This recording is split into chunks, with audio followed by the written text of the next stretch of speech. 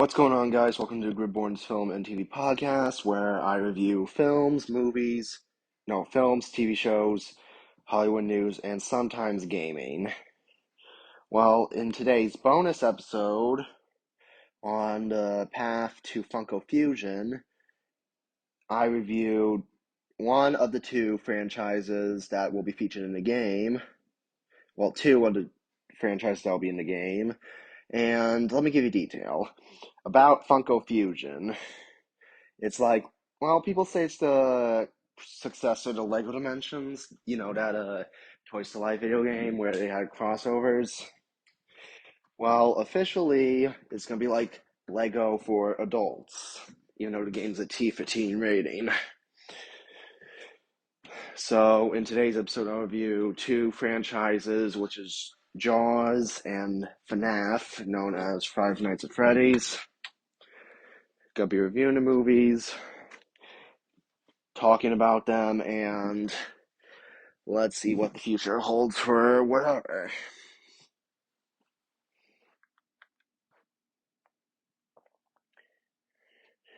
So anyway, let's get to it. We start with Jaws.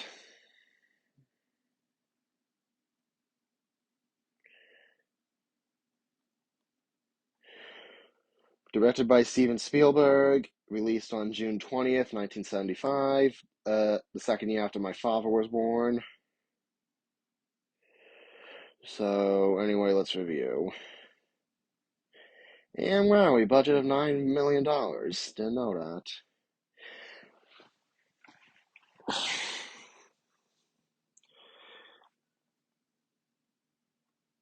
So anyway, let's get to it. In the New England beach town of Amity Island, a young woman goes for a late-night ocean swim.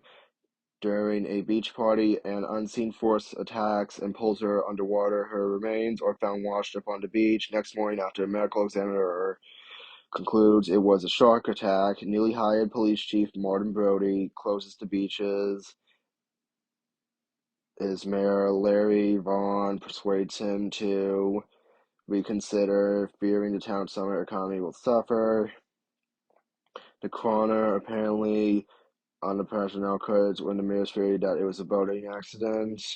Brody reluctantly accepts their conclusion until a young boy, Alex Kintner, is killed at a crowded beach.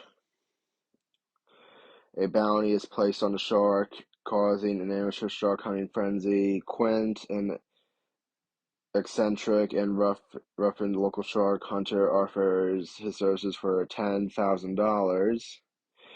Consulting oceanographer Matt Hopper examines the girl's remains, confirming that it was not only a log shark that killed her. When local fishermen catch a tiger shark, Vaughn declares the beach is safe. A skeptical Hopper dissects at the tiger shark and, finding no human remains inside the stomach, concludes that the killer shark is still out there. While searching the night waters in Hopper's boat, Hopper and Brody find a half-sunken boat of Ben Garner, a local fisherman. Hopper dons a scuba suit and goes underwater to check the boat's hull, where he finds a large shark tooth embedded into it. He accidentally drops the tooth in fright after encountering Garner's corpse. Vaughn dismisses Brody and Hopper's assertions that the great white shark caused death and refuses to close the beaches, allowing increased safety precautions. On the 4th of July weekend, tourists pack the beaches. The shark enters a nearby lagoon, killing a boater and coming close to killing Brody's son. Brody then convinces the guild Vaughn to hire Quint. Despite initial tension between Quint and Hopper, they and Brody head out to sea on Quint's boat to hunt for the shark. As Brody lays down a chum line, the shark suddenly appears behind the boat. Quint, estimating 25 feet long and 3 tons, harpoons it with a attached line barrel, but the shark pulls the barrel underwater and disappears. At nightfall, Quint and Hopper drunkenly exchange stories about their assorted body scars. One Quint's removed tattoo and reveals they survived attack on the U.S. Indianapolis during which many sailors were killed by sharks. The shark returns wearing the boat's hull, the sailing to power. The men work through the night repairing the engine. In the morning, Brody attempts to call the Coast Guard, but Quint, obsessed with killing the shark without outside assistance, smashes the radio. After a long chase, Quint harpoons the shark, another barrel line tied to stern cleats, but the shark drags a, the boat backward, swamping the deck and flying the engine. As Quint is about to sever the line to save the boat's transom, the cleats break off, the barrel stays attached to the shark. Bros relief that Quint heads towards the shore to draw a shark into shallows, but the overhaul engine fails. As the boat takes on the water, the trio attempt to risk approach. Hopper suits up and enters the shark-proof cage to leap and jerk at the shark with a spear or strike cane. I don't know what that is or what the hell that is. Hooper escapes the seabed. The shark leaps onto the boat, devouring Quint. Trapped on a sinking vessel, Brody shows a scuba a tank into a shark's mouth, climbing into the crow's shoots the tank rifle, which has a famous line, "Smile, you son of a," or what he said, "son of a bitch," if the movie was R-rated. Resulting explosion kills the shark. Hooper resurfaces. He and Brody paddle back to Amity Island, clinging to the remaining barrels. So that's Jaws, which I would say maybe they should have made the film R-rated and not PG. Like, with a skinny dipper chick. May she rest in peace. And then the legacy was turned down with the three sequels, which the fourth one was a piece of shit. Not gonna lie.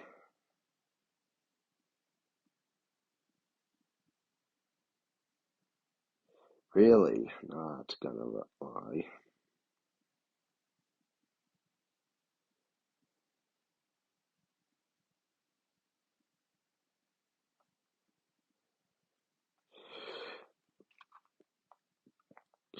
Okay, so the next film is Five Nights at Freddy's, released basically last year on October 5th, I think, based on the video game by Scott Carlton, even though I never played the games, and starring Josh Hutcherson from The Hunger Games and Matthew Lillard, Scooby-Doo,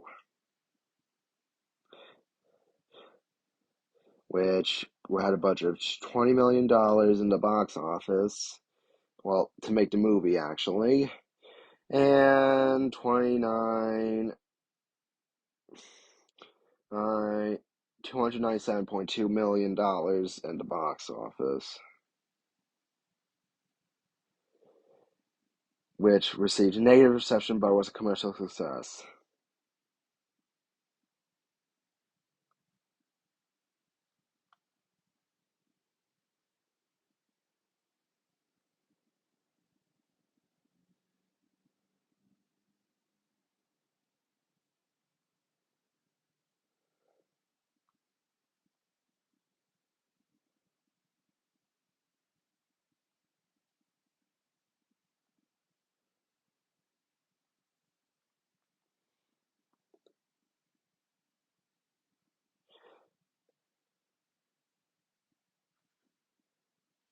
So anyway, let's review. We begin the movie with at Freddy Fazbear's Pizzeria, a once successful abandoned pizzeria. On a scared night, security guard attempts to flee the building from its but is captured and strapped to a torture device which kills him. Sometimes later, mall security guard Mike Schmidt is fired for assaulting a negligent father whom he mistook for a kidnapper. Mike's colleague, counselor Steve Raglan, Officer John offers a night guard job at the pizzeria, though reluctantly Mike accepts As his social services friend to take custody of his younger sister Abby and passes her to their estranged Aunt Jane, who desires custody's monthly payments, which got Mary Stuart Marlton a fucking Golden Raspberry Award for Worst Supporting Actress. During the first night, Mike falls asleep and dreams about the kidnapping of his little brother Garrett, where he meets 5 children who also witness the crime but flee. When he approaches them to find Jane hires a gang of vandals, including Abby's babysitter Max, to vandalize the pizzeria to get Mike fired and hasten to Jane's custody of Abby. At Mike Chef, he meets police officer Vanessa Shelley, who explains the building they're in close to days after children were murdered here. Once Mike's shift ends, he leaves the vandals break in and bought the pizzeria's animatronic mascots. Freddy, Fazbear, Bonnie, Chica, Foxy, and Mr. Cupcake. Killing the target group, Max's disappearance forces Mike to bring Abby along. His next shift, which animatronics befriend Abby. Mike discovers that the children that are possessed by ghosts are the Mr. Children who cursely mention a yellow rabbit. On the 4th night, Abby is accidentally injured when she and Mike and Vanessa are bonding with the animatronics. The next morning, Mike he gets Jane to babysit a frustrated Abby. He goes back to Pizzeria after taking sleeping pills. Then the children appear as dream again, telling him that he could stay with Garrett forever in exchange for Abby. Mike initially accepts, but when he changes his mind, he is attacked after being strapped to a torture device that kills the previous guard, narrowly escaping. Mike is cornered and injured. Meanwhile, a damaged yellow Freddy animatronic possessed by the leader of the children kills Jane and takes Abby back to the pizzeria. Vanessa treats Mike's injuries and reveals that she's the daughter of William Afton, the serial killer who kidnapped and murdered Garrett and the other children. He hid their bodies in the animatronics, and now the souls are under his control. Realizing the animatronics plan to kill Abby and have her join them in the afterlife, Mike rushes to the pizzeria. He defeats the animatronics, but Steve arrives in the yellow rabbit suit, reactivates them, and reveals himself to be William. Mike tries to incapacitate William, but easily is overpowered. Vanessa attempts to stop William, but stabs her with a knife. An injured Mike reminds Abby that she and that the animatronics were drawing it to show him what really happened. Abby draws a picture of William murdering the children to free them from his influence and make them realize the truth with Mike's help. Abby shows the drawing of the animatronics who turn William.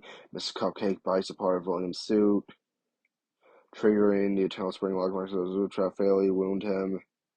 As the animatronics drag William away, which he says, quote, "I always come back." Mike and Abby carry Vanessa out to the collapsing pizzeria, and sometimes later Vanessa falls into a coma. Mike and Abby reconcile and resume their normal lives back at the pizzeria. The leader of the animatronic of the children watches the dying William suit before leaving him to his fate. To be honest, well, when Funko Fusion premieres, I will have to get used to the Five Nights at Freddy's video game. So, wish me luck.